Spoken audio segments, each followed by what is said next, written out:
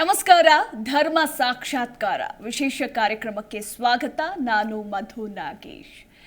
ವೀಕ್ಷಕರೇ, ಈ ನಮ್ಮ ಕಾರ್ಯಕ್ರಮದಲ್ಲಿ ಪ್ರತಿನಿತ್ಯ ನಾವು ಸನಾತನ ಧರ್ಮಕ್ಕೆ ಸಂಬಂಧಪಟ್ಟ ಒಂದೊಂದು ವಿಶೇಷ ವಿಚಾರದ ಕುರಿತಾಗಿ ನಿಮಗೆಲ್ಲ ಮಾಹಿತಿಯನ್ನು ತಿಳಿಸ್ತಾ ಬಂದಿದ್ದೇವೆ. ಗುರೂಜಿಯವರು ನಿಮಗೆ ಮಾಹಿತಿಯನ್ನು ತಿಳಿಸ್ಕೊಡ್ತಾ ಇದ್ದಾರೆ.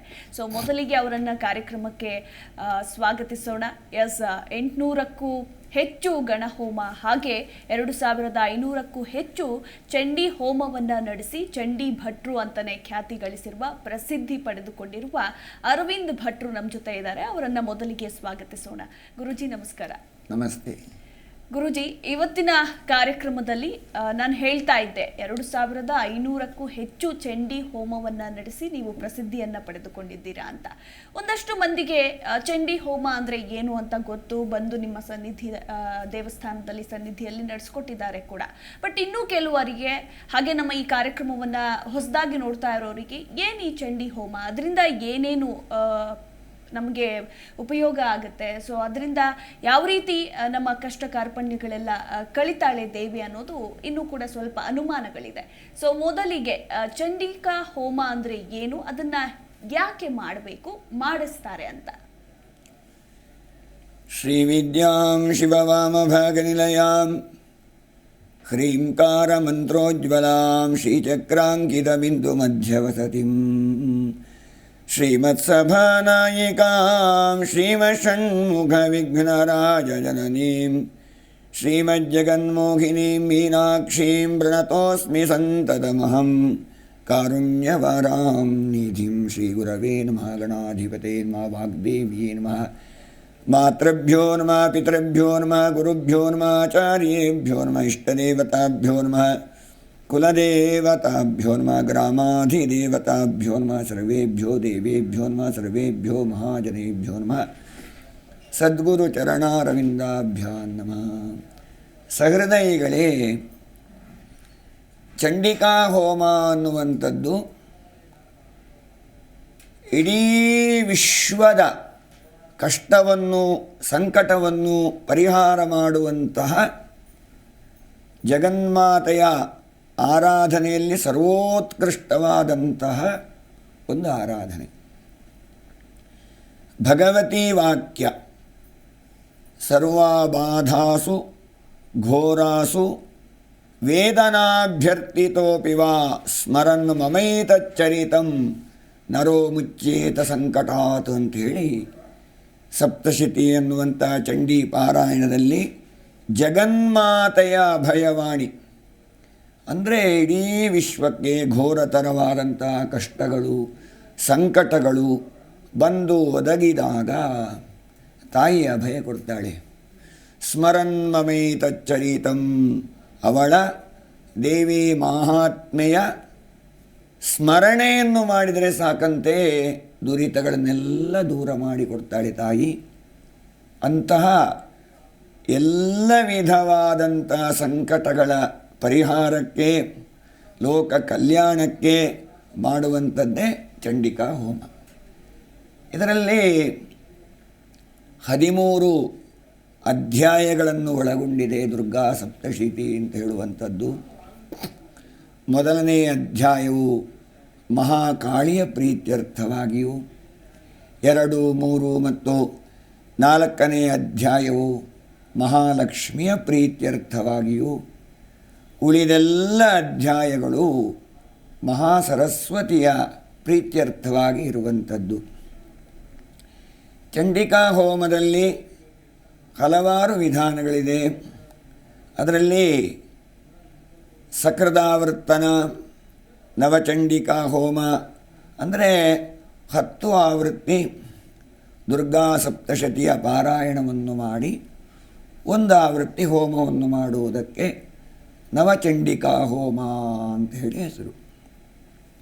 ಆ ನಂತರದಲ್ಲಿ ಶತಚಂಡಿಕಾ ಹೋಮ ಇದೆ. ಅಂದರೆ 100 ಆವೃತ್ತಿ ಸಪ್ತಶತಿ ಪಾರಾಯಣ, ದಶಾಂಶ ಸಂಖ್ಯೆಯಲ್ಲಿ ಹೋಮ.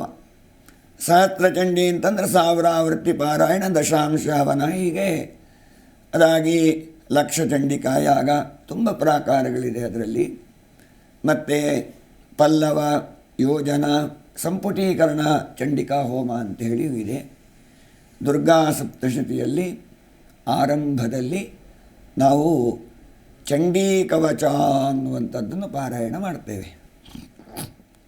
ಕವಚದಲ್ಲಿ ಯದುಗುಹ್ಯಂ ಪರಮಂ ಲೋಕೆ ಸರ್ವರಕ್ಷಾಕರಂ ನೃಣಾಂ, ಎಲ್ಲೆಡೆಯೂ ಎಲ್ಲದರಲ್ಲಿಯೂ ನಮ್ಮನ್ನು ರಕ್ಷಣೆ ಮಾಡುವಂತಹ ಯಾವುದಾದ್ರೂ ಒಂದು ಸ್ತುತಿ ಇದ್ದರೆ ತಿಳಿಸಬೇಕು ಅಂತ ಹೇಳಿದಾಗ ಚತುರ್ಮುಖ ಬ್ರಹ್ಮ ಹೇಳ್ತಾನೆ. ಬ್ರಹ್ಮೋವಾಚ ಅಸ್ತಿ ಗುಹ್ಯತಮಂ ವಿಪ್ರ ಸರ್ವಭೂತೋಪಕಾರಕಂ, ಇಡೀ ಜಗತ್ತಿಗೆ ಕ್ಷೇಮವನ್ನು ಕೊಡುವಂತಹ ಚಂಡೀ ಕವಚ ಅನ್ನುವಂಥದ್ದಿದೆ ಅಂತೇಳಿ ಬ್ರಹ್ಮನ ಮುಖದಿಂದ ಬಂದಂಥ ವಾಣಿ. ಅದರಲ್ಲಿ ನವದುರ್ಗೆಯರು ಅಡಕವಾಗಿದ್ದಾರೆ. ನವದುರ್ಗಾ ನಾಮಾಂಕಿತಗಳು ಯಾವುದು? ಪ್ರಥಮಂ ಶೈಲಪುತ್ರೀ ಚ, ದ್ವಿತೀಯಂ ಬ್ರಹ್ಮಚಾರಿಣಿ, ತೃತೀಯಂ ಚಂದ್ರಘಂಟೇತಿ, ಕೂಷ್ಮಾಂಡೇತಿ ಚತುರ್ಥಕಂ, ಪಂಚಮಂ ಸ್ಕಂದಮಾತೇತಿ, ಷಷ್ಠಂ ಕಾತ್ಯಾಯನೀತಿ ಚ, ಸಪ್ತಮಂ ಕಾಲರಾತ್ರಿಶ್ಚ ಮಹಾಗೌರೀತಿ ಚಾಷ್ಟಮಂ, ನವಮಂ ಸಿದ್ಧಿದಾತ್ರೀ ಚ ನವದುರ್ಗಾಃ ಪ್ರಕೀರ್ತಿತಾಃ. ಪ್ರಥಮಂ ಶೈಲಪುತ್ರಿ, ಶೈಲಪುತ್ರಿ ಎನ್ನುವಳು ಪ್ರಥಮದಲ್ಲಿ ನಾವು ಏನು ನವರಾತ್ರಿಯಲ್ಲಿ ನವದುರ್ಗೆಯರ ಆರಾಧನೆ ಮಾಡ್ತೀವೋ ಆಯಾಯ ದುರ್ಗೆಗಳ ಹೆಸರಿದು. ಶೈಲಪುತ್ರಿ ಚ ದ್ವಿತೀಯಂ ಬ್ರಹ್ಮಚಾರಿಣಿ, ನವರಾತ್ರಿಯ ಎರಡನೇ ದಿವಸದಲ್ಲಿ ನಾವು ಬ್ರಹ್ಮಚಾರಿಣಿಯ ಆರಾಧನೆ ಮಾಡ್ತೀವಿ. ತೃತೀಯಂ ಚಂದ್ರಘಂಟೇತಿ, ಚಂದ್ರಘಂಟ ಅನ್ನುವಂಥ ಹೆಸರಿನಿಂದ ನಾವು ತಾಯಿಯ ಆರಾಧನೆ ಮಾಡ್ತೇವೆ. ಕೂಷ್ಮಾಂಡೇತಿ ಚತುರ್ಥಕಂ, ನಾಲ್ಕನೆಯದಾಗಿ ಕೂಷ್ಮಾಂಡ ಅಂಥೇಳಿ ಆ ತಾಯಿಯ ಅವತ್ತಿನ ಚೌತಿಯ ದಿನದ ಹೆಸರು. ಪಂಚಮಂ ಸ್ಕಂದಮಾತೇತಿ, ಸ್ಕಂದಮಾತಾ ಅಂಥೇಳಿ ತಾಯಿಯ ಹೆಸರು, ಐದನೇ ದಿವಸ ಇರುತ್ತದೆ. ಷಷ್ಠಂ ಕಾತ್ಯಾಯನೀಚಿತ, ಕಾತ್ಯಾಯನಿ ಅನ್ನುವಂಥವಳು ಸಪ್ತಮ ದಿವಸದ ಆರಾಧನೆ ಮಾಡುವಂಥ ತಾಯಿ. ಸಪ್ತಮಂ ಕಾಲರಾತ್ರಿಶ್ಚ ಮಹಾಗೌರೀತಿ ಚಾಷ್ಟಮಂ, ಮಹಾಗೌರಿ ಅಂತೇಳಿ ತಾಯಿಯ ನಾಮಾಂಕಿತ ಎಂಟನೆಯ ದುರ್ಗೆಯದ್ದು. ನವಮಂ ಸಿದ್ಧಿದಾತ್ರಿ ಚ, ಎಲ್ಲ ಸಿದ್ಧಿಯನ್ನು ಕೊಡುವಂಥವಳು ಸಿದ್ಧಿದಾತ್ರಿ. ಅಂತಹ ನವದುರ್ಗೆಯರ ಸ್ತುತಿಯನ್ನು ಮಾಡಿಕೊಂಡು ಕವಚ ಆರಂಭ ಆಗ್ತದೆ. ಯಾವ ಯಾವ ರೀತಿಯಲ್ಲಿ ತಾಯಿ ಇದ್ದಾಳೆ ಎನ್ನುವಂಥದ್ದನ್ನು ಕವಚ ವರ್ಣನೆ ಮಾಡ್ತದೆ. ಗರುಡಾರೂಢೆಯಾಗಿ, ಹಂಸವಾಹಿನಿಯಾಗಿ ಪ್ರತಿಯೊಂದು ಸ್ವರೂಪದಲ್ಲಿ ಇದ್ದು, ಪ್ರಾಚ್ಯಾಂ ರಕ್ಷತು ಮಾಮೀಂದ್ರಿ, ಪ್ರಾಚ್ಯ ಅಂದರೆ ಪೂರ್ವಭಾಗ, ಇಂದ್ರಾಣಿಯು ನಮ್ಮನ್ನು ಪೂರ್ವಭಾಗದಲ್ಲಿ ರಕ್ಷಣೆ ಮಾಡು ಅಂಥೇಳಿ ಯಾಚನೆ ಮಾಡೋದು. ಆಗ್ನೇಯಾಂ ಅಗ್ನಿದೇವತಾ, ಆಗ್ನೇಯ ಭಾಗದಲ್ಲಿ ಅಗ್ನಿದೇವತೆಯು. ನೈಋತ್ಯಾಂ ಪ್ರಾಚ್ಯಾಂ ರಕ್ಷತು ಮಾಮೇಂದ್ರಿ, ಆಗ್ನೇಯಾಂ ಅಗ್ನಿದೇವತಾ. ದಕ್ಷಿಣೇವತು ವಾರಾಹಿ, ವಾರಾಹಿಯು ದಕ್ಷಿಣ ಭಾಗದಲ್ಲಿ. ನೈಋತ್ಯಾಂ ಖಡ್ಗಧಾರಿಣಿ, ನೈಋತ್ಯ ಭಾಗದಲ್ಲಿ ಖಡ್ಗಧಾರಿಣಿ. ಇವರೆಲ್ಲ ನಮ್ಮನ್ನು ಪ್ರತೀತ್ಯಾಂ ವಾರುಣಿ ರಕ್ಷೇತೆ, ಪಶ್ಚಿಮ ಭಾಗದಿಂದ ವಾರುಣಿಯು ನಮ್ಮನ್ನು ರಕ್ಷಣೆ ಮಾಡ್ತಾರೆ. ವಾಯವ್ಯಾಂ ಮೃಗವಾಹಿನಿ, ವಾಯವ್ಯ ಭಾಗದಲ್ಲಿ ಮೃಗವಾಹಿನಿಯು.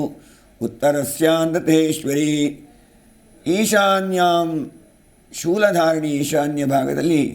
ಊರ್ಧ್ವಂ ರಕ್ಷ ಬ್ರಹ್ಮಾಣಿ ಮೇ ರಕ್ಷೇತೆ, ಬ್ರಹ್ಮಾಣಿಯು ಊರ್ಧ್ವ ಭಾಗದಲ್ಲಿ. ಏವಂ ದಶ ದಿಶೋ ರಕ್ಷೆ ಚಾಮುಂಡಾ ಶವವಾಹನ, ದಶ ದಿಕ್ಷುಗಳಲ್ಲಿ ನಮ್ಮನ್ನು ರಕ್ಷಣೆ ಮಾಡು ಅಂಥೇಳಿ ಚಂಡೀ ಕವಚದಲ್ಲಿ ನಾವು ಯಾಚನೆ ಮಾಡೋದು. ಅದಲ್ಲದಿರ ಏನೆಲ್ಲ ಶರೀರದಲ್ಲಿ ಅವಯವಗಳಿದೆ ಇದನ್ನು ಪ್ರತಿಯೊಂದು ಅಂಗಾಂಗಗಳನ್ನೆಲ್ಲ ತಾಯಿ ರಕ್ಷಣೆ ಮಾಡಬೇಕು ಅಂತ ಹೇಳುವಂಥದ್ದು ಕವಚ. ಅದು ದೇವಾನಾಮಪಿ ದುರ್ಲಭಂ, 33 ಕೋಟಿ ದೇವತೆಗಳು ಕೂಡ ಇದಿಲ್ಲ, ಸಿಗುವುದಿಲ್ಲ.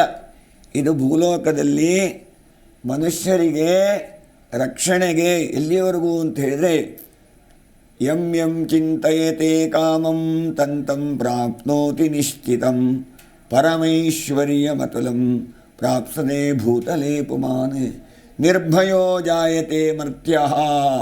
ಮರ್ತ್ಯಃ ಅಂದರೆ ಭೂಲೋಕದಲ್ಲಿ ನಿರ್ಭಯದಿಂದ ನಾವು ಎಲ್ಲಿ ಬೇಕಾದ್ರೂ ಓಡಾಡ್ಬೋದು. ಈಗಿನ ಕಾಲಸ್ಥಿತಿ ಮನೆಯಿಂದ ಹೊರಗಡೆ ಹೊರಟವರು ಪುನಃ ಮನೆಗೆ ಬರುವಂಥದ್ದೇ ಕಷ್ಟ ಆಗಿದೆ. ಏನಾದರೊಂದು ಆಘಾತಗಳು ಅಪಘಾತಗಳು ಹಾಗಾಗಿದೆ ಪರಿಸ್ಥಿತಿ. ಆದರೆ ಚಂಡೀ ಕವಚವನ್ನು ನಾವು ಪ್ರತಿದಿನ ಪಠನೆ ಮಾಡಿತು ಅಂತಾದರೆ ನಿರ್ಭಯೋ ಮರ್ತ್ಯ, ನಿರ್ಭಯದಿಂದ ನಾವು ಎಲ್ಲಿ ಬೇಕಾದರೂ ಓಡಾಡ್ಬೋದು. ಅದಲ್ಲದಿರ ಭೂತ ಪ್ರೇತ ಪಿಶಾಚ ಬ್ರಹ್ಮ ರಾಕ್ಷಸ ಶಾಕಿನಿ ಡಾಕಿನ್ಯಾದಿ ಯಾವುದೇ ರೀತಿಯಾದಂತಹ ಉಪದ್ರವಗಳು, ಈಗ ಒಂದೊಂದು ಜಾಗದಲ್ಲಿ ಒಂದೊಂದು ಅವಘಟಗಳಿರ್ಬೋದು, ಏನೇನೋ ಆಗಿರ್ತದೆ. ಅದರಲ್ಲಿ ಆ ಬಾಧಕಗಳು ಅಂತ ಹೇಳೋದು ಗಾಳಿ. ನಾವೀಗ ನಮ್ಮ ಹಿರೀಕರೆಲ್ಲ ಹೇಳ್ತಾಯಿದ್ರು, ಮುಸ್ಸಂಜೆ ಹೊತ್ತಲ್ಲಿ ಎದ್ದಲ್ಲೆಲ್ಲ ಓಡಾಡಬಾರ್ದು, ಗರ್ಭಿಣಿ ಹೆಂಗಸರಿರ್ಬೋದು, ಪುಟ್ಟ ಮಕ್ಕಳಿರ್ಬೋದು, ಇದಲ್ಲೆಲ್ಲ ಓಡಾಡಬಾರ್ದು. ಯಾಕೆ ಅಂತಂದರೆ ನಾವು ಗಾಳಿ ಸೋಂಕಿದೆ ಅಂತ ಹೇಳ್ತೀವಿ. ಅಂತಹ ಯಾವುದೇ ರೀತಿಯಾದಂತಹ ದುರಿತಗಳು ಮನುಷ್ಯನಿಗೆ ಬಾರದೇ ಇರುವ ರೀತಿ ಕವಚೇನಾವೃತೋ ನಿತ್ಯಂ ಯತ್ರ ಯತ್ರೈವ ಗಚ್ಚತಿ. ಕವಚವನ್ನು ನಾವು ಧರಿಸಿ ಅಂತೇಳಿದ್ರೆ ಅದನ್ನು ಪಾರಾಯಣ ಮಾಡೋದು. ಪ್ರತಿದಿನವೂ ಪಾರಾಯಣ ಮಾಡಿದ್ರೆ ತತ್ರಾರ್ಥಲಾಭಶ್ಚ ವಿಜಯ ಸಾರ್ವಕಾಮಿಕ. ಅರ್ಥಲಾಭ ಅಂತ ಹೇಳಿದ್ರೆ ಸಂಪತ್ತು ಅಂತ ಹೇಳ್ಬೋದು, ಯಾವುದೇ ರೀತಿಯಾದಂಥ ವಿಜಯ ಸಾರ್ವಕಾಮಿಕ. ಎಲ್ಲ ಕೆಲಸಗಳಲ್ಲಿಯೂ ಕೂಡ ವಿಜಯ ಅನ್ನುವಂಥದ್ದು ಲಭ್ಯವಾಗುತ್ತದೆ ಚಂಡೀ ಕವಚದಿಂದ. ಪ್ರತಿದಿನ ಚಂಡೀ ಕವಚದ ಪಾರಾಯಣವನ್ನು ಮಾಡುವುದರಿಂದ ಅಂತಹ ಎಲ್ಲ ರೀತಿಯಾದಂತಹ ಫಲಗಳು ಮಾನೋನ್ನತಿರ್ಭವೇದ್ರಾಜ್ಞಾ ತೇಜೋ ವೃದ್ಧಿಕರಂ ಪರಂ ಯಶಸ್ಸಾ ವರ್ಧತೆ ಸೋಪಿ ಕೀರ್ತಿಮಂಡಿತ ಭೂತಲೆ. ಯಶಸ್ಸಾಗಲಿ ಕೀರ್ತಿ ಆಗಲಿ ಏನೆಲ್ಲ ನಮ್ಮ ಲೌಕಿಕವಾದಂತಹ ಅಪೇಕ್ಷೆಗಳಿರ್ತದೋ ಅಥವಾ ದುರಿತಗಳಿರ್ತದೋ ಅದೆಲ್ಲವೂ ಕೂಡ ಪ್ರತಿದಿನ ಚಂಡೀ ಕವಚವನ್ನು ಪಾರಾಯಣ ಮಾಡುವುದರಿಂದ ನಿವೃತ್ತಿಯಾಗ್ತದೆ. ಅದಲ್ಲದಿರ ಶಿವೇನ ಸಹ ಮೋದತೆ. ಆ ತಾಯಿಯ ಅನುಗ್ರಹ ಎಲ್ಲಿಯವರೆಗೆ ಅಂತ ಹೇಳಿದರೆ ಇಹಕ್ಕೂ ಪರಕ್ಕೂ ಎರಡಕ್ಕೂ ಕೂಡ ತಾಯಿಯ ಅನುಗ್ರಹ ಅನ್ನುವಂಥದ್ದಾಗ್ತದೆ. ಮಾನೋನ್ನತರ ಭವೇದ್ರಾಜ್ಞಾ ತೇಜೋ ವೃದ್ಧಿಕರಂ ಪರಂ ಯಶಸಾ ವರ್ಧತೆ ಸೋಪಿ ಕೀರ್ತಿಮಂಡಿತ ಭೂತಲೆ. ಜಪೇತ್ ಸಪ್ತಶತೀಂ ಚಂಡೀಂ ಕೃತ್ವಾತು ಕವಚಂ ಪುರ ಯಾವದ್ಭೂಮಂಡಲಂ ಧತ್ತೆ ಸಶೈಲವನಕಾನನಂ. ಸಪ್ತಶತಿ ಅನ್ನುವಂಥ ಪಾರಾಯಣವನ್ನು ಅಂದರೆ ಚಂಡೀ ಪಾರಾಯಣವನ್ನು ಕವಚ ಹೇಳಿದರೆ ಹೇಳಲೇಬಾರ್ದು. ಹೇಳಿದರೆ ಆ ಫಲ ಅನ್ನೋದು ನಮಗೆ ಪರಿಪೂರ್ಣವಾಗಿ ಸಿಗೋದಿಲ್ಲ. ಅಂತಹ ಚಂಡೀ ಕವಚದ ಪಾರಾಯಣ ಮೊದಲಾಗಿ ಮಾಡಿಕೊಂಡು ತದನಂತರದಲ್ಲಿ ಅರ್ಗಲಾ ಸ್ತೋತ್ರ ಅಂಥೇಳಿ ಬರುತ್ತೆ. ಅರ್ಗಲಾ ಸ್ತೋತ್ರದಲ್ಲಿ ಜಯತ್ವಂ ದೇವಿ ಚಾಮುಂಡೇ ಜಯ ಭೂತಾಪಹಾರಿಣಿ ಜಯ ಸರ್ವಗತಿ ದೇವಿ ಕಾಲರಾತ್ರಿ ನಮೋಸ್ತುತೇ. ಚಂಡೀ ಕವಚ ಅನ್ನುವಂಥದ್ದು ಮಹಾಕಾಳಿಯ ಪ್ರೀತ್ಯರ್ಥವಾಗಿರುವಂಥದ್ದು. ಅರ್ಗಲಾ ಸ್ತೋತ್ರ ಅಂತ ಹೇಳುವಂಥದ್ದು ಮಹಾಲಕ್ಷ್ಮಿಯ ಪ್ರೀತ್ಯರ್ಥವಾಗಿರುವಂಥದ್ದು. ಅರ್ಗಲಾ ಸ್ತೋತ್ರದಲ್ಲಿ ಪ್ರತಿಯೊಂದು ವಿಚಾರವನ್ನು ಕೂಡ ನಮಗೆ ಏನೆಲ್ಲ ಪ್ರಪಂಚಿಕವಾಗಿ ಆಗಬೇಕು ಅದರ ಬಗ್ಗೆ ತಾಯಿಯಲ್ಲಿ ಯಾಚನೆ ಮಾಡುವಂಥದ್ದು. ಜಯತ್ವಂ ದೇವಿ ಚಾಮುಂಡೆ. ಯಾವುದೇ ಒಂದು ಕೆಲಸದಲ್ಲಿ ನಮಗೆ ಜಯ ಆಗಬೇಕು, ಅನುಕೂಲ ಆಗಬೇಕು ಅಂಥೇಳಿ ಆದರೆ ನಾವು ಕೇಳ್ಕೋಬೇಕು. ನಮಗೆ ಏನು ಬೇಕೋ ಅದನ್ನು ನಾವು ಕೇಳ್ಕೊಂಡ್ರೆ ಮಾತ್ರ ಸಿಗುತ್ತೆ, ಕೇಳ್ಕೊಳ್ದಿದ್ರೆ ಸಿಗೋದಿಲ್ಲ. ಅದೇ ರೀತಿಯಾಗಿ ದೇಹಿ ಸೌಭಾಗ್ಯಂ ಆರೋಗ್ಯಂ ದೇಹಿ ದೇವಿ ಪರಂ ಸುಖಂ. ಇಹದ ಪರದ ಸುಖವನ್ನು ಎರಡವನ್ನೂ ಕೂಡ ತಾಯಿ ಕೊಡ್ತಾಳೆ, ಕೇಳಬೇಕು. ವಿದ್ಯಾವಂತಂ ಯಶಸ್ವಂತಂ ಲಕ್ಷ್ಮೀವಂತಂ ಜನಂ ಕುರು. ವಿದ್ಯಾವಂತನಾಗಿರಬೇಕು, ಬುದ್ಧಿವಂತನಾಗಿರಬೇಕು, ಜನರಿಗೆ ಎಲ್ಲರಿಗೂ ಕೂಡ ಸರ್ವತೋಮುಖವಾದಂತಹ ಅಭ್ಯುದಯವನ್ನು ನೀನು ಕೊಡು ಅಂತೇಳಿ ಯಾಚನೆ ಮಾಡುವಂಥದ್ದೇ ಅರ್ಗಲಾ ಸ್ತೋತ್ರ. ಅದಾಗಿ ಕೀಲಕ ಸ್ತೋತ್ರ ಬರುತ್ತೆ. ಕೀಲಕ ಮಹಾದೇವೇನ ಕೀಲಿತಂ. ಕೀಲ ಅಂದರೆ ಕೀಲಿ ಕೈ ಅಂತ ನಾವು ಹೇಳ್ತೇವೆ, ಬೀಗದ ಕೈ. ಇಡೀ ಸಪ್ತಶತಿಯ ಬೀಗದ ಕೈ ಅಂತ ಹೇಳುವಂಥದ್ದು ಕೀಲಕವಾಗಿದೆ. ಅಲ್ಲೇನು ಹೇಳುತ್ತೆ? ಜ್ಞಾತ್ವಾ ಪ್ರಾರಭ್ಯ ಕುರುವೇತ ಹಕುರುವಾಣೋ ವಿನಶ್ಯತಿ. ಈ ಸಪ್ತಶತಿ ಎನ್ನುವಂತಹ ಚಂಡಿಕಾ ಪಾರಾಯಣವನ್ನು ಯಾರು ಬೇಕಾದರೂ ಯಾವಾಗ ಬೇಕಿದ್ದರೂ ಮಾಡುವಂಥದ್ದಲ್ಲ. ಅಲ್ಲಿ ನಿಬಂಧನೆಗಳನ್ನು ಹೇರಲ್ಪಟ್ಟಿದೆ ನೋಡಿ. ಆಗ ಚಂಡೀ ಕವಚ ನಾನು ಹೇಳಿದೆ, ಅದರಲ್ಲಿ ಒಂದು ಪುತ್ರಾನ್ ರಕ್ಷೇನ್ ಮಹಾಲಕ್ಷ್ಮೀರ್ ಭಾರ್ಯಾಂ ರಕ್ಷತು ಭೈರವಿ ಅನ್ನುವಂಥ ಒಂದು ಶ್ಲೋಕ ಬರುತ್ತೆ. ಅಂದರೆ ನಮ್ಮ ಮಕ್ಕಳನ್ನು ಮಡದಿಯನ್ನು ಕಾಪಾಡು ಅಂತೇಳಿ ಪ್ರಾರ್ಥನೆ ಮಾಡುವಂಥದ್ದು. ಒಬ್ಬರೇನು ಮಾಡ್ತಾಯಿದ್ರು, ಪ್ರತಿದಿನ ಶ್ರದ್ಧೆಯಿಂದ ಭಕ್ತಿಯಿಂದ ಚಂಡೀ ಕವಚವನ್ನು ಸಪ್ತಶತಿ ಪಾರಾಯಣವನ್ನು ಮಾಡ್ತಾಯಿದ್ರು. ಆದರೆ ಅವರಿಗೆ ಮದುವೆ ಆದ ತಕ್ಷಣವೇ ಮಾರನೇ ದಿನವೇ ಅವ್ರ ಹೆಂಡತಿ ಸತ್ತೋಗ್ಬಿಡೋದು. ಯಾಕೆ ಏನು ಅನ್ನೋದು ಕಾರಣವೇ ತಿಳಿಯಲ್ಲ. ಒಂದು ದಿವಸ ಒಬ್ಬರು ಗುರುಗಳು ಸಿಗ್ತಾರೆ, ಅವರಿಗೆ ಕೇಳ್ತಾರೆ, ಸ್ವಾಮಿ ಈ ಥರ ಆಗ್ತಾಯಿದೆ ಪರಿಸ್ಥಿತಿ ನಂದು. ಹೌದಾ, ನೀನೇನೆಲ್ಲ ಮಾಡ್ತೀಯಪ್ಪ? ನಾನು ಪ್ರತಿದಿನ ಚಂಡೀ ಕವಚ ಹೇಳ್ತೀನಿ, ಸಪ್ತಶತಿ ಪಾರಾಯಣ ಮಾಡ್ತೀನಿ. ಹೌದಾ, ಎಲ್ಲಿ ನನ್ನ ಮುಂದೆ ಹೇಳು ಅಂದಾಗ ಅವನು ಇಡೀ ಕವಚವನ್ನು ಹೇಳ್ತಾನೆ. ಅಲ್ಲೇನು ಮಾಡ್ತಾ ಇದ್ದಾನೆ ಅವನು ಅಂತಂದರೆ, ಪುತ್ರಾನ್ ರಕ್ಷೇನ್ ಮಹಾಲಕ್ಷ್ಮೀರ್ ಭಾರ್ಯಾಂ ಭಕ್ಷತು ಭೈರವಿ ಅಂತ ಹೇಳ್ತಾ ಇದ್ದಾನೆ. ಅಲ್ಲಿ ರಕ್ಷತು ಭೈರವಿ ಅನ್ನುವಂಥ ಇರುವಂಥ ಶಬ್ದವನ್ನು ಭಕ್ಷತು ಭೈರವಿ ಶ್ರದ್ಧೆಯಿಂದ ಮಾಡ್ತಾ ಇದ್ದಾನೆ, ಭಕ್ತಿಯಿಂದ ಮಾಡ್ತಾ ಇದ್ದಾನೆ. ತಾಯಿಗೆ ಗತ್ಯಂತರವೇ ಇಲ್ಲ. ಇವನೇನು ಪ್ರಾರ್ಥನೆ ಮಾಡ್ತಾ ಇದ್ದಾನೆ, ಭಾರ್ಯಾಂ ಭಕ್ಷತು ಭೈರವಿ, ಅದು ನಡೀತಾ ಇದೆ. ಹಾಗಾಗಿ ಜ್ಞಾತ್ವಾ ಪ್ರಾರಭ್ಯ ಕುರುವೀತ ಹೆಕರುವಾಣೋ ವಿನಶ್ಯತಿ. ಯಾವುದೇ ಕಾರಣಕ್ಕೂ ಗುರುವಿನ ಉಪದೇಶ ಇಲ್ಲದೆ ಚಂಡೀ ಪಾರಾಯಣವನ್ನು ಮಾಡಬಾರ್ದು. ತಥೋ ಜ್ಞಾತ್ವೈವ ಸಂಪನ್ನಂ ಇದಂ ಪ್ರಾರಭ್ಯತೆ ಬುಧೈಹಿ. ಬುಧರು ಅಂದರೆ ಆ ವಿಚಾರವನ್ನು ತಿಳ್ಕೊಂಡಿರೋರು ಅಂತ ಅದಕ್ಕೆ ಅರ್ಥ. ಅವರಿಂದ ಆ ಒಂದೊಂದು ಅಕ್ಷರದಲ್ಲಿಯೂ ಕೂಡ ಒಂದೊಂದು ಶಕ್ತಿ ಅಡಕವಾಗಿದೆ. ಹಾಗಾಗಿ ಸಮ್ಯಕ್ ಸರಿಯಾದ ರೀತಿಯಲ್ಲಿ ಪಾರಾಯಣವನ್ನು ಸುಸ್ಪಷ್ಟವಾಗಿ ಮಾಡಬೇಕು. ಅದಲ್ಲದೆ ಹೋದರೆ ಬೆಂಕಿ ಮುಟ್ಟಿದ್ರೆ ಕೈ ಸುಟ್ಟೇ ಸುಡುತ್ತೆ. ನಮಗೆ ಬೆಳಕು ಬೇಕು ಅಂತ ಅನ್ನೋದಕ್ಕೋಸ್ಕರ ನಾವು ಇದನ್ನೆಲ್ಲ ಬಳಸ್ತೀವಿ, ಕರೆಂಟು ಇತ್ಯಾದಿಗಳು. ಅದನ್ನು ಸ್ವಿಚ್ ಹಾಕಿ ನಾವು ಬೆಳಕು ಪಡ್ಕೋಬೇಕೆ ಹೊರತು ಕೈ ಹಾಕಕ್ಕೆ ಹೋಗಬಾರ್ದು. ಹಾಗೆ ಚಂಡಿಕಾ ಪಾರಾಯಣ ಅನ್ನುವಂಥದ್ದು ಗುರುವಿನ ಉಪದೇಶ ಇದ್ದು ಮಾಡಬೇಕು. ಇಲ್ಲದಿದ್ದರೆ ಹೆಕರುವಾಣೋ ವಿನಶ್ಯತಿ ಅಂತ ಹೇಳಿದೆ. ಆ ರೀತಿಯಾಗಿ ನಾವು ಆ ಮಹಾದೇವನಿಂದ ಸಾಕ್ಷಾತ್ ಸದಾಶಿವನಿಂದ ಪ್ರಣೀತವಾದಂತಹ ಕೀಲಕದ ಪಠನೆಯನ್ನು ಮಾಡಿ ಆಮೇಲಿಂದ ರಾತ್ರಿ ಸೂಕ್ತ ಅಂತ ಹೇಳಿ ಬರುತ್ತೆ. ಆಮೇಲೆ ಚಂಡಿ ನವಾಕ್ಷರಿ ಮಂತ್ರದ ಜಪ ಆಗಿ ಚಂಡಿಕಾ ಪಾರಾಯಣಕ್ಕೆ ಅನುವು ಮಾಡಿಕೊಳ್ಳುತ್ತೇವೆ ಆರಂಭದಲ್ಲಿ. ಅಂತಹ ಚಂಡಿಕಾ ಪಾರಾಯಣದ 13 ಅಧ್ಯಾಯದಲ್ಲಿ ಮೊದಲನೇ ಅಧ್ಯಾಯವು ಮಹಾಕಾಳಿಯ ಪ್ರೀತ್ಯರ್ಥವಾಗಿ ಇರುವಂಥ ವಿಚಾರ, ಮತ್ತು 2ನೇ ಅಧ್ಯಾಯದಲ್ಲಿ ಮಹಿಷಾಸುರನ ವಧೆಗಾಗಿ ತಾಯಿಯು ದಿವ್ಯ ಸ್ವರೂಪಿಣಿಯಾಗಿ ಅವತಾರ ಮಾಡಿದಂತಹ ವಿಚಾರ, ಮತ್ತು 4ನೇ ಅಧ್ಯಾಯದಲ್ಲಿ 3ನೇ ಅಧ್ಯಾಯದಲ್ಲಿ ಮಹಿಷಾಸುರನ ಸೈನ್ಯ ವಧೆ ಆಗ್ತದೆ. 2ನೇ ಅಧ್ಯಾಯ 3ನೇ ಅಧ್ಯಾಯದಲ್ಲಿ ಮಹಿಷಾಸುರನ ವಧೆ. 4ನೇ ಅಧ್ಯಾಯದಲ್ಲಿ ಮಹಿಷಾಸುರ ಮರ್ದಿನಿ ಪ್ರಪಂಚಕ್ಕೆ ವರ ಕೊಟ್ಟಂತಹ ವಿಚಾರ ಬರುತ್ತೆ.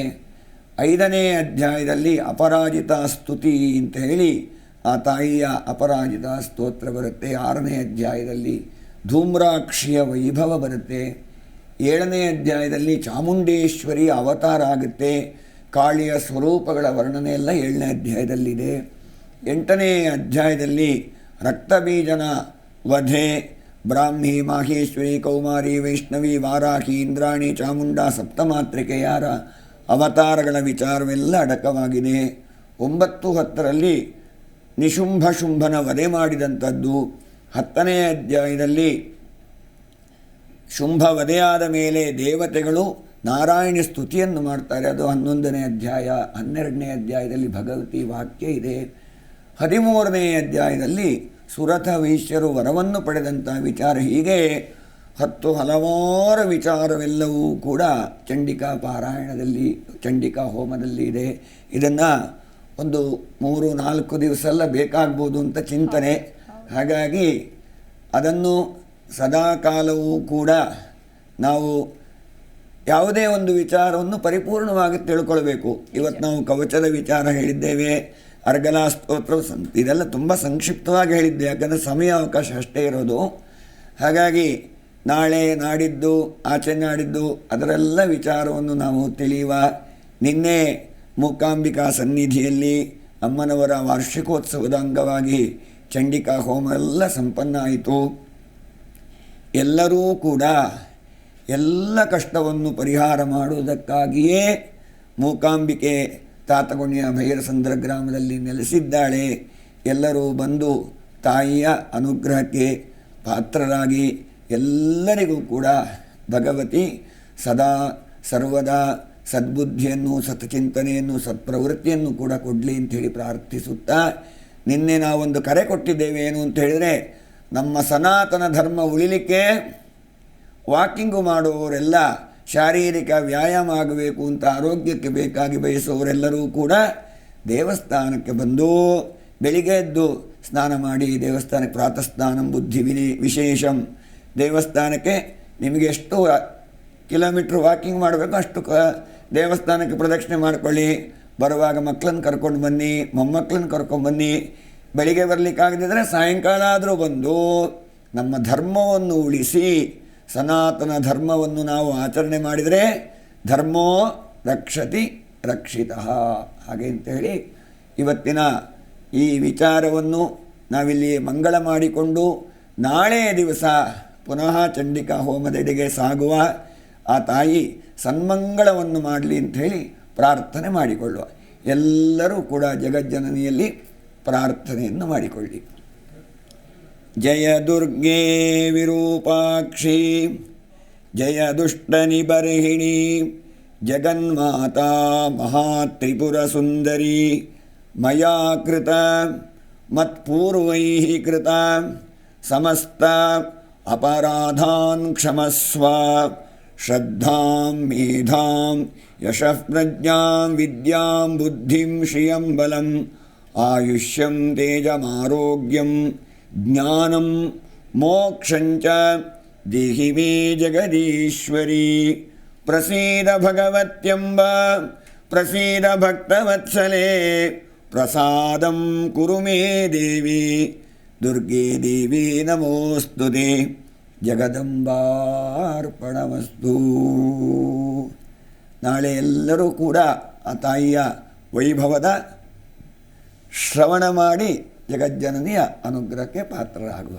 ನಮಸ್ತೆ.